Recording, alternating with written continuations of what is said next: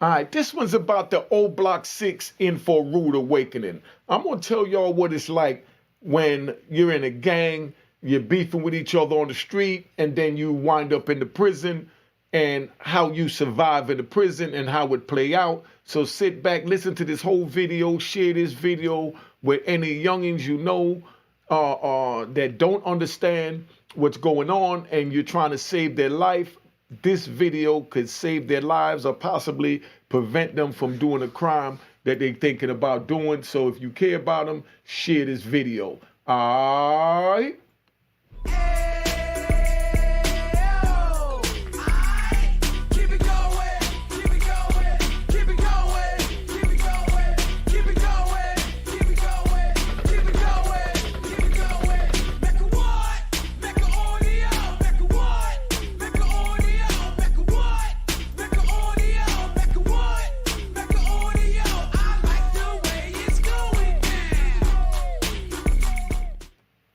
All right, Unique Mecca Audio, man. I'm in Old Block right now. I'm chilling. Let me talk to the people out in Chicago right now and all the other gangbangers that we got going on, right? This is what it is. We out here and we have to learn to live together in this housing complex behind us, in the housing complex wherever we at. Now, because they're out here and you have 6 young men that disrupted a lot of people's lives. You know, the victims, rest in peace to them, and their family members as well, because everyone is affected by our choices. When I chose to sell drugs, it wasn't just that, you know, I was affecting me by going to prison. I affected my mother, my children, you know, my friends. You know, I affected everyone's lives because I was a part of their lives, and now I was ejected from it. So whatever role I played is no longer there. So now they have to restructure their lives without me there. The same as now they have to restructure their lives without the brothers from the old Block 6 because they was convicted. Now, they have something called a coalition in the prison. Put in the comments if y'all know what a coalition is. Let me slide over a little bit. Y'all put in the comments if you know what a coalition is. They have something called a coalition. The coalition is, you know, in prison is when we come together as one. They have what they call a Midwest coalition. A Midwest coalition is put together because they're in the middle of the country. So when they send them out east, you know, or out west, their numbers is smaller. When they go to like Terry Hut, their numbers is bigger because that's in their backyard. So they might not have the coalition there, you know, as strong, and it might not be as needed as it is when you out west or when you're out east. But when you're out west, right, so you understand, first of all, when you get locked up, and then you got serious charges like these brothers, they're not going to care where they put you, so they're going to send you far away from home, and it's 6 of y'all, so they're going to try and separate you. So it's not like you're going to be there together to slide together. Those days are over. Now you're in a federal penitentiary, and it might be 5 people from your whole state that's there. And those 5 people from your whole state might be, you know, all GDs or all BDs or a mixture of both, but it's only 5 of y'all, and y'all are fighting hundreds of other people that came together and got a coalition, or they're in their backyard. Like when you out west, you got the Bloods, you got the Crips, you got the Serenos, you got the Python, you got the Border Brothers, you know, you got everything when you go out west, right? Now, I didn't name the Nathaniels because they don't normally be out there, you know, when I was in the prison, they wasn't allowed to be out there with them. That's how serious this is. But now, these young brothers are going to wind up in a federal prison. When they go in a federal prison, now they're going to get sentenced. Let me give you the procedures, how it goes. Let me ride you. I'm going to ride you through it because I know y'all don't really know. And thank God that you didn't have to experience it the way I did for me to know. Now, after they get sentenced, then their paperwork is going to go to a place in Texas called Grand Prairie, Texas, which is the main hub for the designation center. When I first got locked up, they had designation centers in every region. Like Pennsylvania had it in Chestnut, you know, New York had it up, you know, wherever, and then California had it, I think, in Dublin, you know, and Atlanta, you know, had it in Maryland. So, but now they put everybody that's in charge of classifying you as far as where you go in one place in Texas, a little town called Grand Prairie, Texas. Now, when they do that, your paperwork go there. They see who's your co-defendants, whatever, and they just try and keep the co-defendants separate. But as far as the gang members separate, like the GDs and BDs, they put you all together, and you don't know where you're gonna wind up. So when they wind up, like, out west, right? When they first get sentenced, and they go through Grand Prix, and they give you your destination, they call what they call the airlift, and then a bus come to the jail, and they bring you in the holding cell, and you bring all your property down, you pack up all your property, and then they take your property and they mail it home, because you're not allowed to take anything from, the city jail, county jail, or any other jail other than a federal prison to another federal prison. So everything they own will be shipped out. And then now they're going to handcuff them and put a belly chain around them. That's a chain going around their waist that's connected to their hands, so their hands can't move past their waist. You can't even use your hands to wipe yourself when you use the bathroom. So imagine them putting you on a plane to fly from Oklahoma to California, or Oklahoma to New York. I say Oklahoma, give me your jewels, that's what this is about. I say Oklahoma because that's the main hub for the transfer center. So anywhere you go, when they, on the West Coast, if you're coming from the West Coast to the East Coast, you have to go to Oklahoma. When you go to Oklahoma, then they put you in a unit and they classify you and they put you on what plane you're going on. And certain days the plane leaves out to go to each different state to take you to whatever prison.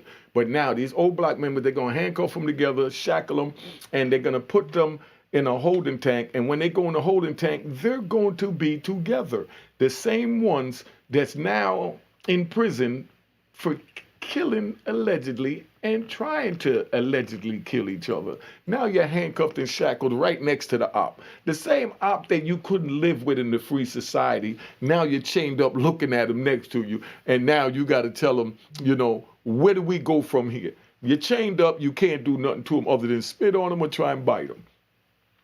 And that never happens, just to let you know. Because once they get the chains on you, then you realize that it's you against them. Or should I say us against them. So now we have to come together because they got the keys to the handcuffs. They got the keys to the doors. So we don't have anything but each other. And we're standing where? Shoulder to shoulder when we was just trying to kill each other on the street. You understand what I'm saying? So this is how serious this is. These brothers went and allegedly took another brother's life. And then now, because they had beef on the street, now when they go in prison, they're all going to be like this.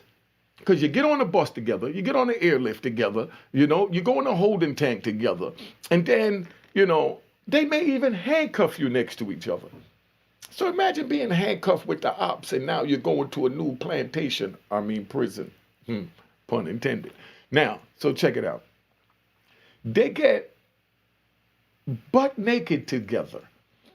They take you in a room, and they got these little curtains up, and they tell you to strip down, and then they tell you to bend over and spread your cheeks to make sure you have nothing in there, and your ops is right next to you when you're vulnerable, and you bent over and you spreading your cheeks. That's how serious this is. So I know y'all ain't trying to go through this. Imagine a man that was trying to kill you on the street, and then now you're standing in a room, they just got a little sheet separating you from him.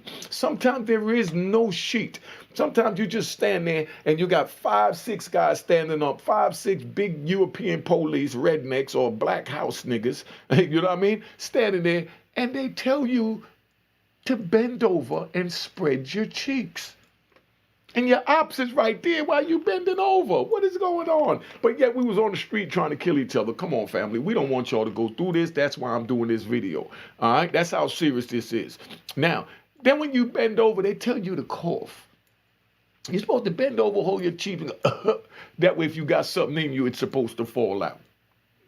That's what they say, Now, that's like going in one big maternity ward. We're all being birthed together when we go in the federal system. So the beef that we had on the street is no longer there because now we're being birthed together and we're in a big maternity ward in this prison, federal prison system. Now, they'll be locked in a 4x8 cell with their ops. The same ones that they couldn't live with on the street. Now, when you go through Oklahoma, you don't pick what cell you want. You don't pick what cellar you want. They could put you in a cell with a brother from Mexico or a brother from, Germany. It don't matter what color, what race, what gang. They just put you in that cell, and that's where you go. If you don't want to go in that cell, then they got a cell for you in what they call the special housing unit. So now, imagine you beefing with the GDs and BDs beefing on the street. And then now they get locked up and they both go through Oklahoma and they make them cellies. This is the life that the old Block 6 is getting ready to, walk into. This is the life that I'm trying to prevent the youngins watching this, whether it's the GDs, BDs, the old Block 6, the brothers out in Chicago, the brothers in Memphis, and this goes out to you guys too. I love all of y'all, man. I'm just trying to give y'all the jewels what it is. I don't pick sides. If you notice, I don't get into the personal, what happened with whatever beef, in whatever state, because that's that state's business. But trying to prevent you from going to prisons, that's my business. Trying to let you know the hell and the torture and the nightmare that I've been through, so you won't choose to go through the same things that I did, to walk the path that I did, to have to learn these jewels that I'm giving you. That's my business. So I'm not getting involved in GD and BD business. I'm not getting involved in CMG and PRE or Memphis business or Latin King and Netters or, Bloods and Crips. I don't get involved in none of that. I'm just bringing y'all the real, to hopefully open your eyes, man. That's why I say share these videos with anyone that don't understand what the life after, gangbanging on the street. The life after, scamming on the street. The life after burglary, stick-ups, whatever on the street. It don't matter what crime. They just throw you in the pen, and then now you're there with all these brothers, right? So they put a GD and a BD together that, with just trying to kill each other in a free world. And then these Europeans put them in a 4x8 cell with nothing but a mattress, and what they call a bedroll, which is a blanket, 2 sheets, a towel, a washcloth, and then, the next day you get your underwear and stuff. So if there's a BD already in the cell and you a GD and you get in there and you want to take a shower, you're going to have to borrow his extra underwear set, the same man you was just trying to kill. Do you see how this is? I want y'all to see how senseless this is to kill each other, because when you go into prison, you unite together. So we have to figure out how to unite y'all out here. My assessment is when my generation dropped the ball and we went to prison during the crack era, we left y'all out here to fend for yourselves. So we went in there and learned another step, another elevation in life on how to survive in unhumane conditions in the prison while y'all was out here just trying to fend for yourselves. So I don't blame you youngins. I don't blame y'all at all. And that's why I take my time and try and talk to y'all. I don't blame y'all at all, man. You know what I mean? Because, with no guidance, I wound up imprisoned with life plus 20 and served 26 years and about 8 months off of that. And, this is what I'm really trying to, stop. Because now, after they go through Oklahoma and they go through that, then they're going to send them to, let's say Atwater, Victorville, Lum Park. Now when they go out there, the GDs and BDs in the whole Midwest have to come together because they have a coalition. Sometimes that coalition falls apart, but it is a coalition when you go out there where whatever beef you had on the street, your homies is going to tell you, leave that on the street. In here, we need each other to make our numbers stronger so these other cars don't take advantage of us. So why go to prison? To learn this? When you can learn it right here at Unique Mecca Audio. You see how smooth and easy that is? It's not hard, man. So, when you get out there, like I said, they put you in a 4x8 cell together, and you got to close your eyes with this man in the cell.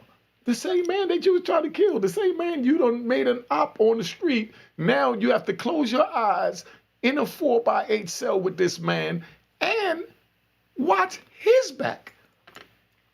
And he has to watch your back. Because now it's everyone against you guys.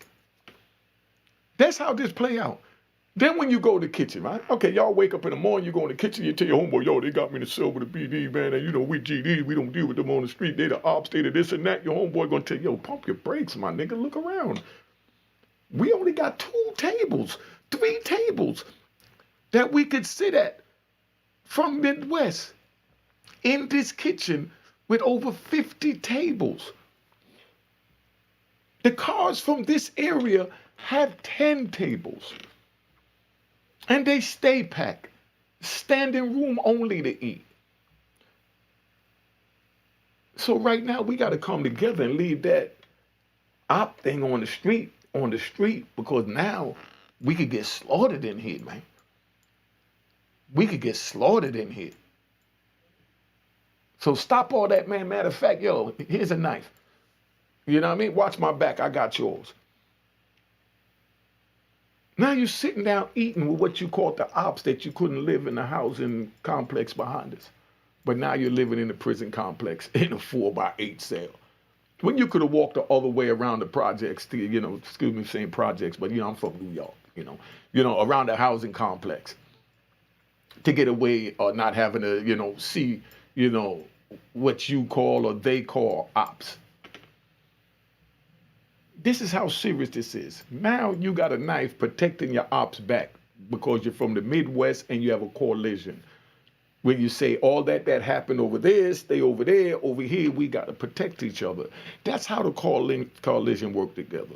So you're sitting together, you're eating together, you go to the yard, you got a little area that the Midwest hang out together. That consists of GDs and BDs. When you're on the East Coast, the Bloods and the Crips even hang together in Allenwood, Lewisburg, Atlanta. When, you know, Terry Hunt, when you go to these places, they make a coalition. There was a guy, right, let me ride. There was a ride. This is the first time I ever seen this. Only thing I knew about, and I'll keep it 100, you know, I don't do no wailing over here, Unique Mecca Audio. Only thing I knew about gangbanging before I got locked up in the federal prison, you know, I learned from Colors. Remember the movie Colors? Laugh at me. You know what I mean? I'm just keeping it 100. Only thing I knew about gangbanging was Colors, that movie. So I know that they, you know, don't like the other color, is what, you know, we was taught back then from Colors. Then when I get in the federal prison system, I'm in Lewisburg and the police came around, dude, or the commissary, they bought him his toothbrush. It was a crib. Police bought him a toothbrush and gave him a red toothbrush. This dude blew a gasket. He took the red toothbrush, threw it out the cell, so don't put nothing red in my cell. You know what time it is. I'm a Crip. This is how we moving. I don't have nothing red in my cell. Well, the police was scared to death, threatened to throw feces on the police if he ever brought him anything red in that cell. And I'm sitting there next to him, and I'm listening. So then when he was done, and the police left to go get him a blue toothbrush, right? I asked him, I said, homie, what was that about? It's just a toothbrush. He said, nah. He said, New York, nah, we don't do that. You know what I mean? I'm a Crip, so, you know, we don't mess with nothing red, da-da-da-da. But this was one of them that wasn't willing to be a part of the coalition out east. He was still, because, you know, it was only, matter of fact, it was only like 2 Crips and 1 Blood was out there, you know? 1 Blood was out there. And it was just so crazy to me that the dude is arguing over the colored toothbrush they gave him in the cell and was willing to throw feces on the police and harm this police for what the police took as innocently just giving him a toothbrush. So that's where I first learned about that at. So then now I go out west. Now, when I go out west, you got the Bloods together, the Crips together. But while I'm in the east, you know, like I said, it was 2 Crips and a Blood there. That's all it was there from California. 3 people from California. You know what I mean? 2 Crips and a Blood, you know? They all hung together. And this is in 94 in Lewisburg. They all hung together. Big shout out to J-Lo. Big shout out to Woody. And I think that the man, Mad Ice. You know what I mean? But, you know, they all got along together. But when I was in the hole, I seen a brother that was bucking the system that didn't even want a red toothbrush in his thing, and that's why he couldn't be on the compound. But these three brothers had to come together the same way old Block 6 got to come together. Old Block 6 with the GDs, BDs, everything out west coming together is one, and that's called a coalition. So don't get it confused and think that, you know, this is a way of life when they put them cuffs on you, that you're still going to be at war with the same people that you tried to kill. The same people you try to kill is going to be the same people you have to eat together, break bread together, fight together, live together, die together, survive together, and protect each other together. So look, you got GDs and BD beefing on the street. Then you go in the prison, you got a GD taking a shower, butt naked in the shower, and you got a BD standing outside with a knife holding them down to make sure nobody run up on them. But they were just trying to kill each other on the street. And that's how they wound up getting all this time. Did this make sense to any of y'all? Make sure y'all share this video, subscribe if you're not subscribed, man. Please subscribe if you're not subscribed. That's all I'm asking for today. If you're not subscribed, subscribe. You know, because y'all, some people complain when I tell them, you know, about the Cash App to show that they appreciate the channel. They're trying to keep it going. Look how beautiful I got this set up for you. This costs money. You know, the same way that they donate to the CBS telethon, you know, the Christmas telethon. You give a tip when you go to a restaurant. You give a tip when you go to a bar. You give a tip when you get in an Uber. You know, when you come to YouTube, you watch a brother giving you jewels like this that could probably save your life or save your family member, loved one's life, and then you sit here and say, oh, he's Reverend Ike, and he's begging because he's asking for a Cash App. But the Uber's not asking for a Cash App when it flash up on the screen and say, give him 5 stars, and then they force you and tell you, give a tip, $5, $10, whatever. And sometimes they don't even let you go to the next phase without you even, you know, hitting one or the other or hitting the button, you know? But, you know, everything is a hustle. So where I'm at with this is, these brothers on the street trying to kill each other, but now they have to sit together, eat together, hang together, go to the yard together. They watch each other's backs together. You know, they give each other knives to protect each other from others, because now they have to come together under what they call the Midwest Coalition. You understand? So that's where we are. So now, if a GD get in a problem in the prison, let's say with another race, you know, or another car, the BDs are coming to their rescue. The same ones that they was trying to kill on the street. So you youngins out here, please, my phone number stays on the screen. I do answer the number when I'm available. I definitely sit back and I respond back to the text. I even call back a few people and say, oh man, I can't believe you called me back. You know, because they couldn't believe they even had the number on the screen. And they said, and you called me back. And then I stay on the phone with them for 30 minutes. And all I tell them is, yo, remember my Cash App work. Because I'm not going to put a price on that because I'm giving jewels. But my time is still valuable.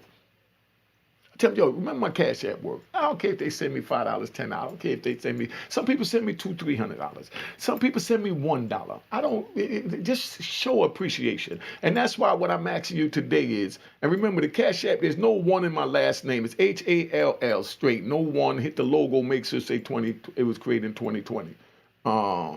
You know, so now where I'm at with this is they're killing each other on the street, but they're living together, eating together, and protecting each other in the prison. Why do they have to go to prison to unite, have a coalition, and look out for each other? Why they couldn't do it on the street? My number is on the screen if y'all have any questions. 917-680-9091 is right under my chest. At least text me and then I'll definitely text back and we set up a call. You know, but just keep in mind my time is valuable. So don't just try and keep me on the phone for no hour and then think that, you know, you shouldn't have to compensate for me using my time. When you go to your job, you get paid for your hour, you know. But that's where we at. So I just want y'all to understand, man, that when you go in that prison, it's a whole nother world. And we have to figure out how to bring the prison unity into the streets. You heard that? Bring the prison unity into the streets. You think it'd be the other way around. Everybody live peacefully together out here in this free society, and then they go to prison, and then they go to war with each other in the prison. But no, they're not warring in the prison no more, but they warring out here. Something is broken. And if y'all got any suggestions, if y'all want to help, put it in the comments. Now, let me see where else we at. Now, all that to be put in a cage, to have to live and survive and protect each other. We kill each other on the street, and then we put in a cage to live together, survive together, and protect each other. But on the street, we killed each other. And in the prison, all we got is a knife. Out here, we got extendos. Come on, dog. Something is not right. Please make sure the young gangbangers watch this, man. I'm not telling no one what to do. I'm not telling the gangbangers, don't do this, don't do that, because when somebody harm one of mine, then I want vengeance too. Back then, I'm older now, so I balance it out a little more, but when you're on the street and somebody harm one of yours, first thing you want to do is harm one of theirs. They kill one of yours, you want to kill one of them. Not promoting violence, just giving you the real what it is. This is a tutorial for those that really don't understand how serious it is. And what I don't understand is you get the people on YouTube that jump on the YouTube and ain't got nothing to do with this life, and then going to sit there and say, oh, he's crazy. Why would he shoot him? Because he stepped on his shoes. Why would he shoot him? Because of this and that. Nigga, mind your business. You know what I mean? That's what it is. Just mind your business, nigga, because you'll never understand. Because they don't understand why you go to work 9 to 5 for a white man either. You know what I mean? But they stay out of your business. And don't tell you a fool for going. They just leave you alone and let you go to work. So leave them alone, let them do what they're doing, unless you're going to give them something constructive to try and prevent them from going down the road that they're going. You know what I mean? You could go into the kitchen and they have assigned tables in the prison. It's a Midwest table. So the GDs and BDs sitting together, the same ones that was trying to kill themselves on the street. See, I keep reiterating that so you can see how ludicrous this sound is. Mike Tyson was saying. My Mike Tyson voice, this is ludicrous. It's just ludicrous. You know what I mean? It makes no sense. You know what I mean? If a GD, like I said, get into it with a Sereno, the BDs is going to help them. The same BDs that was trying to kill each other on the street. So what's wrong with that picture? Somebody put in the comments. Somebody explain this to me. I'm a little lost. You know what I mean? I really feel that if they look at these videos and they contact me, I'll be able to help a lot of these young people by having one-on-one conversations with them. You know what I mean? Which I don't get it, because like I said, if a BD gets in it with a blood, a Crip, a Sereno, a Paisan, a Latin King, they're going to move together as one against them.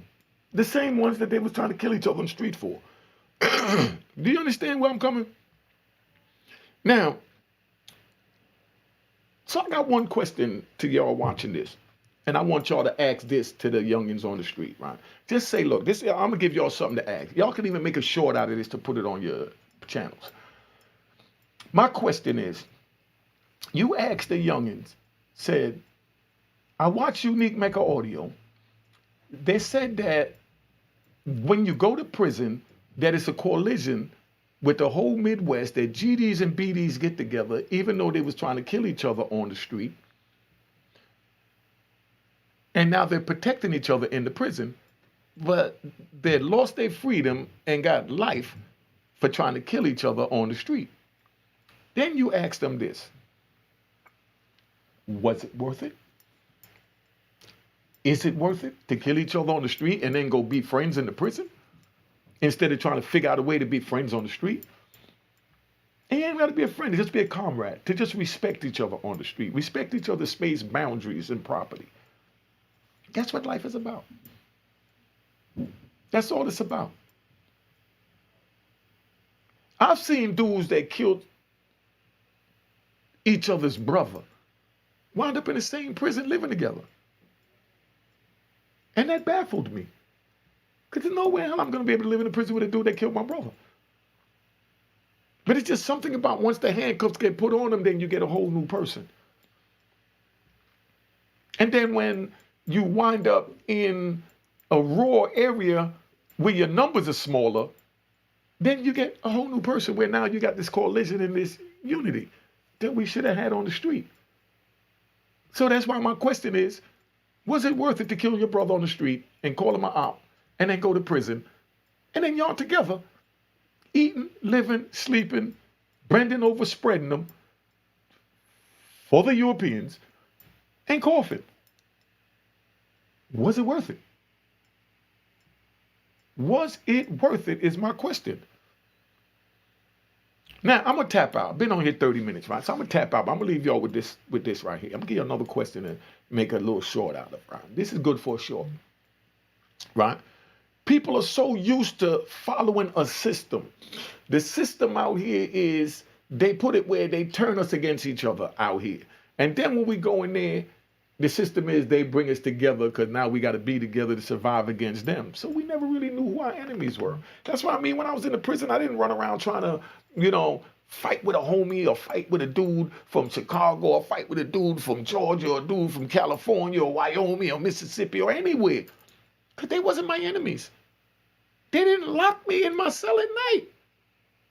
They didn't turn off the phone so I couldn't call my loved ones. They didn't cancel my visits so I couldn't see my kids.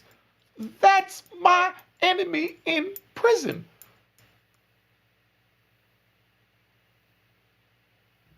So why come out here, live in a free society, and then you're trying to kill each other? To go to prison to unite, but can't live together out here. It don't make no sense to me. Somebody help me in the comments. But the last thing I want to say right before I go, because I've been only over 30 minutes now, I would love, right? Let me do this for a short. Here we go.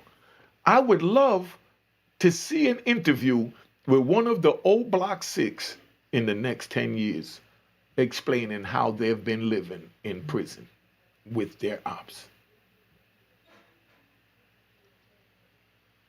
I would like to see a video interview with one of the old Block 6 in even 5 years to explain how they've been living and getting along with their ops in prison.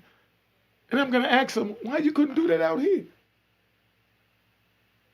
Why you had to go to prison to get along with your ops, but out here you can't? Too much freedom, or you're following the system? I'm lost. Somebody give me a thing with that. See, they don't realize that, it's a system. Everything is a system. People see us on YouTube. They see us doing good. Now everybody's saying they want a YouTube channel. They're following a system. There's nothing wrong with that. And that's why anybody I can help that's following the system, that want to get views, want to get subscribers or whatever, holla at me. My channel is for y'all. As long as you're not a rat bastard. And I'm going to explain that because somebody hit me up and I had a conversation with them. When I say rat bastard, a person tell that's on him. Boom, stay over there and I know who you are. But when you tell, and then you tell a person, no, I didn't tell, I'm not a rat, I never did this, I never did that. Now you're being a bastard. A bastard is two mixed breeds. Two different breeds. So you want to be a criminal, and not tell. And then you want to break the law, and then you want to tell. Put them together, you got a rat bastard. You know what I mean? But if a dude can't do the time, not into it for whatever reason, decide to tell, that's on him. So I'm not on no don't snitch. I don't even do all that crap. All I'm saying is let a person know who you are, because you wouldn't want, a wolf to come up to you in a sheep's clothing, looking like a sheep, and then you go to pet him, and then he bites your arm off and eats your dumb ass. It's the same way when one of these rat bastards come around you saying that they ain't never tell. They would never tell, and then you go in the car with them, and then you get pulled over, and first thing they say is his gun before they even find the gun. The gun is on the seat. It's right there. He seen him put it there before he got in the car. Whoa, I thought you said you was a man. You know what I mean? Yeah, I am when it's convenient. It was convenient to get in the car and get money with you, but now that we have a problem and the police is involved, it's more convenient for me to, just be a bastard. All right? Now that alone, I'm going to tap out. Make sure you subscribe if you're not subscribed, and share this video, man. Share this video, man. All right? Anybody gangbanging in the street or whatever, that don't know what they're going to expect when they go on the inside, or they fight with their homies on the outside, make sure you show this video so that they know what time it is, man. This is not a joke. That's why I didn't even bust my gun today. You see, today was a good day. I didn't even bust my gun, but I still got to. All right? Cheers, cheers, toast the crime, toast the crime, the crime, the crime, the crime. What?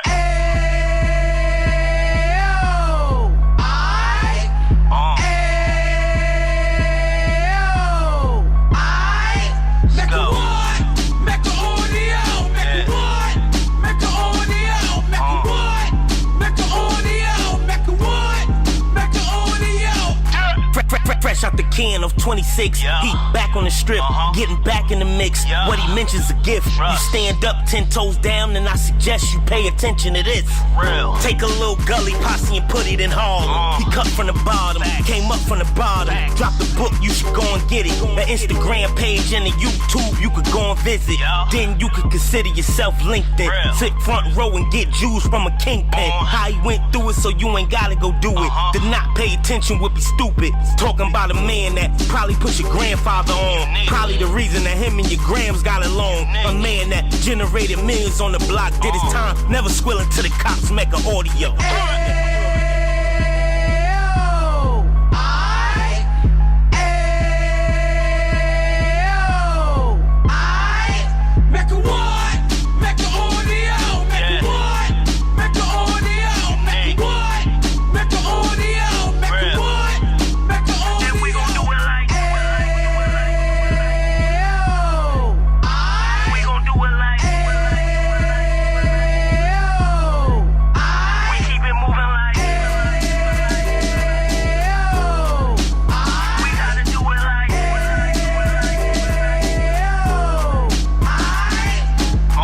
Get it live like 2 G's in the 90s. Drop top beamer so shiny. I let shorty go, she was whining. Treat her like my past, she behind me. Spend a couple bands on the Dapper Dan. You be back again, getting green like a Packers fan. No cap, it's a roaring uptown. They be whoring uptown, Dominican bust downs.